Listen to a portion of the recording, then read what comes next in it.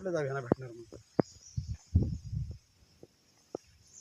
सुभाषला जागा सांगा. शिरसवणे विनेरे रोडच्या इथून नदी लगत शिरसवणेतील ही जागा लगभग किती 35-40 एकर होईल ना? 40 एकर होईल पडत. 40 एकर होईल अशा प्रकारे आहे जागा.